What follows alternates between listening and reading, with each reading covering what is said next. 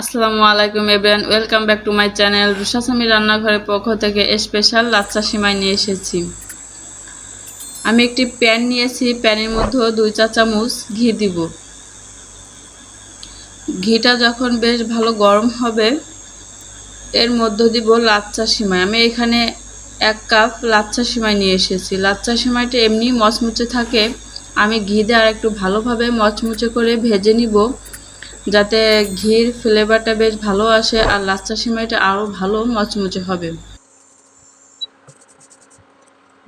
আমি অন্য একটি পাত্রে 2 কাপ দুধ নিয়েছি লিকুইড।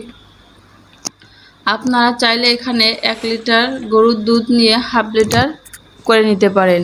এর মধ্যে আমি 3 চা চামচ গুঁড়া দুধ অ্যাড করব।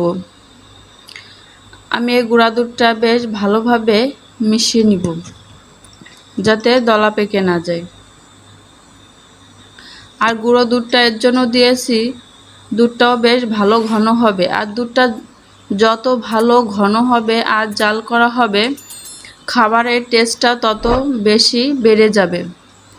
আমি এখানে হাফ কাপ চিনি নিয়েছি, আমি এর মধ্যে হাফ কাপের একটু কম অ্যাড করব।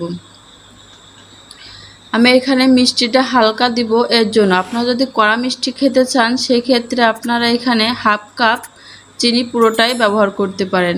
আর একটু স্বাদ বেশি বাড়ানোর জন্য আমি এখানে 2 চা চামচ কনডেন্স মিল্ক ব্যবহার করছি। আপনারা চাইলে দিতে পারেন বা স্কিপও করতে পারেন। আমি বেশ ভালোভাবে জাল করে মিশিয়ে নিব।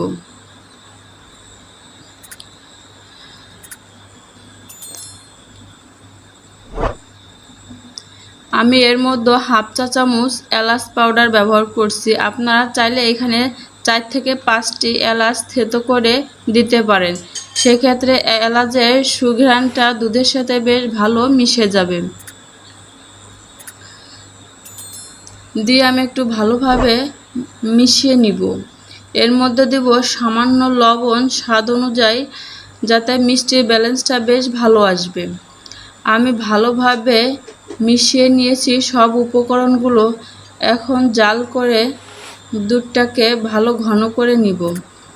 আমার জাল করা হয়ে গেছে, দুধটাকে আমি সাইডে রেখে দিব। যে সিমাইটাকে আমি মচমচে করে ভেজে নিয়েছিলাম ওর মধ্যে দিব কিশমিশ, দিব কাঠবাদাম কুচি। আপনারা চাইলে এখানে বাদাম কিশমিশগুলো ঘিতে ভেজে নিতে পারেন, আমি এখানে না ভেজে এমনি ব্যবহার করছি।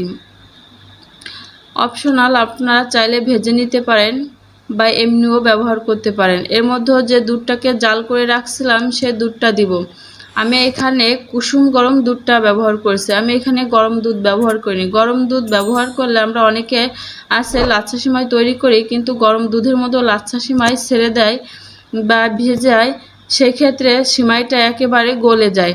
আর একটু কুসুম গরমের মধ্য দিলে তাহলে লাচ্ছা সিমাইটা যেমন দেখতে পাচ্ছেন ঠিক তেমনই থাকবে, খেতেও অনেক মজা হয় আর অন্যরকম একটি স্বাদ মনে হয়। আর এভাবে যদি একবার আপনারা তৈরি করে খেয়ে দেখেন এত মজার খেতে। আপনারা এটা সন্ধ্যায় নাস্তা হিসাবে বা বাসায় গেস্ট আসলে এভাবে তৈরি করতে পারেন স্পেশাল লাচ্ছা সিমাই। এত সময় আমাদের সাথে থাকার জন্য ধন্যবাদ। আল্লাহ হাফেজ।